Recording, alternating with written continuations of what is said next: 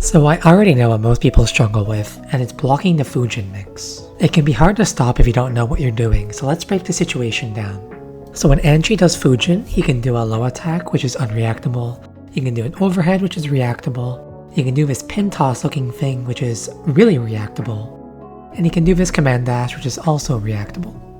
That's the thing about Fuujin mix, you can react to everything he can do except for the low attack. The strategy ends up being you block low, and you wait to react to any of his mix-up options, and when you see it, you do an up dolphin and you counter hit it. Obviously, you don't have to do a counter attack every time. For example, the overhead you can punish with a jab on block.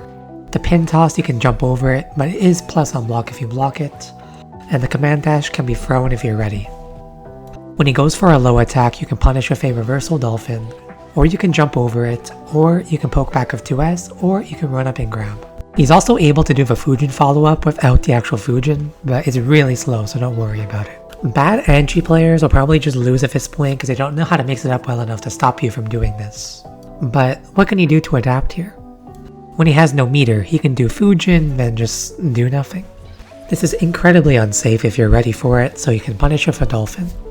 The main way he can stop you from attacking here though is by doing a really delayed low attack, so you should weigh your options here. What else can he do here though? Well, nothing really.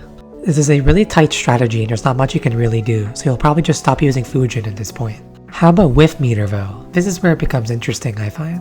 For example, you can do Shin and Purple Roman cancel, and either land and do a low attack, a grab, or just land with an aerial. The same thing can also be done off of his hop. You basically have to hold this mix up. It's like Soul's Banditbringer. You can fuzzy this, it's just a little difficult to avoid the grab. Anyway, let's talk about Butterfly Mix. Most of the mix-ups you can do off of grab are pretty fake, but off of 2D and Ku, you really need to start worrying. He uses the butterfly to set up a very tight strike versus throw mix-up. My advice, good luck. Moving on though, how can I beat this dude in the neutral game? If you think you can play the usual game plan against Anji, well you're very wrong, because you have to play entirely differently. He has 3 different parries that all demand some kind of respect, and he can completely dismantle you if you use a conventional style. Let's answer the age-old question of, should I make him want to use parries, or should I discourage him from using parries? It's obviously up to personal opinion, but I prefer to make him use his parries. I feel like we're giving him too much power if we're always playing around the spin. And of course, the situation we get off of a grab is very strong and worth going for. So how can we force the Anji player to spin? First things first though, Anji's buttons aren't amazing. They're not horrible, they have their uses, but Mei is able to whiff punish them really well.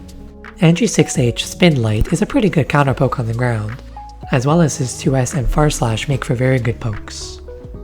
Even though he has very good attacks, he can have a hard time stopping you from just throwing out 2S over and over. And what will most Anji players use to stop you from spamming 2S? That's right, run up spin. This is exactly what you're looking for. Don't always play in fear of him spinning. Anyway, how can I punish him for going for a spin? This is a little hard to answer because he has 3 different spins. He obviously has a normal spin where he just spins, right? But he also has a spin that leads into a jump which is called Ku. And lastly he has good old Fuujin. Can you tell which one's which before he does it? No, you can't. Obvious answer, you run up and grab him when he does it. Does it always work? No, but it discourages him from always doing it. Well, what about jump spin? How do I punish that? Well, it depends a bit on the spacing. But if you're just outside of 2S range, you can do an up dolphin and you can't really do much about it. You can also just dash under in 2H, and if it hits it does really good damage, and if he blocks it, well you got a pretty good block string going. You can also try 6H, or you can just do nothing.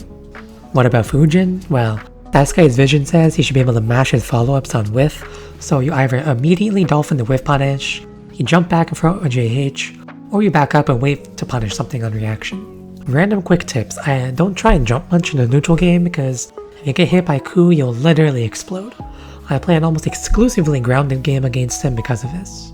Also, most Anji players expect you to run up and grab against his spin, so mix up when you actually try to do it.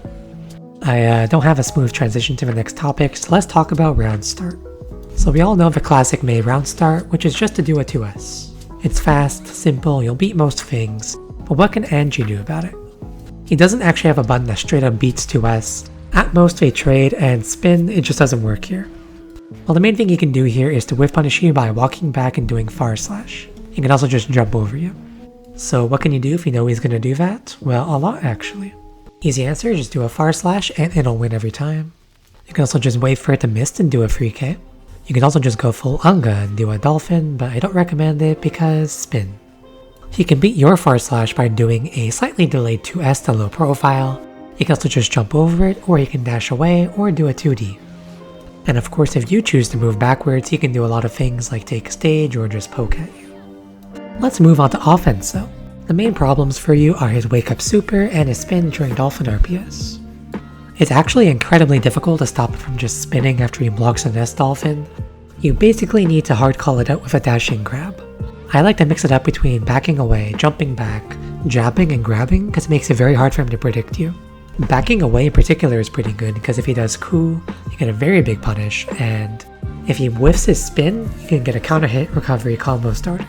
And as we talked about earlier, it's fine to block Fuujin sometimes. In my opinion, you should try and set up more heavy slash Dolphin in this matchup if you can, because it stops him from spinning. You should also use 5H staggers to make your pressure more ambiguous. Honestly, as long as you don't have to deal with the spin post Dolphin, you'll probably be fine. Otherwise though, when he's not doing spin to win, Dolphin RPS is very strong on him.